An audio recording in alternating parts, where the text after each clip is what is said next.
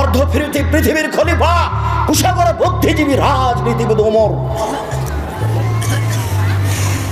মারা যাবেন এই সময়ে বলছেন, আব্বু আব্দুল্লাহ, জি আব্বা, আয়েশাকে গিয়ে বলো মুহাম্মদ সাল্লাল্লাহু আলাইহি সাল্লামের পাশে আবু বকর সিদ্দিকের কবর আছে, তার পাশে একটু ফাঁকা জায়গা আছে, ওখানে আমার কবর দেওয়ার সুযোগ দিবে কিনা। শোনো আব্দুল্লাহ, আয়েশাকে গিয়ে বলিও যে উমর কবরের জায়গা চাই। এই কথা বলিও না যে আমিরুল মুমিনিন, দেশের সরকার জায়গা চাই, এই কথা বলো না। বলবে যে উমর চাচ্ছে। আপনার কোন কালে প্রিন্সিপালের পদ চলে গেছে, তবু আপনি বলছেন সাবেক প্রিন্সিপাল, কলমে লিখছেন। আপনি বলছেন সাবেক এমপি মন্ত্রী, আর উমর এখনো মরেননি, জীবিত আছেন, বুখারী মুসলিমের হাদিস। বেটা, আয়েশাকে গিয়ে বলবা উমর কবরের জায়গা চাচ্ছে, বলিও না যে দেশের সরকার চাচ্ছে, আমিরুল মুমিনিন চাচ্ছে, এই কথা বলিও না। তো এখন আব্দুল্লাহ গেছেন, সালাম দিয়ে ভিতরে ঢুকে দেখছেন যে আয়েশা বসে বসে কাঁদছেন। উমর মারা গেছেন, সেজন্য আয়েশা বসে বসে কাঁদছেন। কই আয়েশা তো দেখতে আসেননি, আয়েশা রাদিয়াল্লাহু তাআলা আনহা দেখতে আসেননি। অর্ধ পৃথিবীর খলিফা, কুশাগর বুদ্ধিজীবী, রাজনীতিবিদ ওমর, অর্ধেক পৃথিবী যার দখলে, সারা পৃথিবীতে এত ইমানদার মানুষ, ব্যতিক্রম মানুষ আল্লাহ কাকে সৃষ্টি করেছেন তা ইতিহাস বলে না।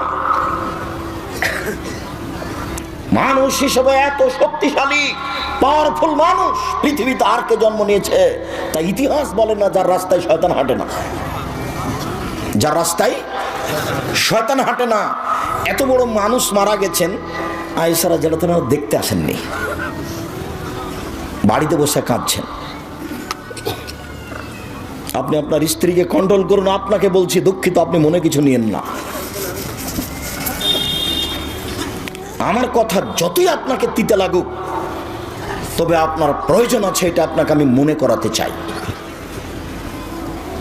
শোনেন, 5 নম্বর উপদেশ থাকছে, 4টা উপদেশ আছে, 5 নম্বর উপদেশ থাকছে, আপনার বাড়িতে মাশাআল্লাহ কারফিউ জারি থাকবে।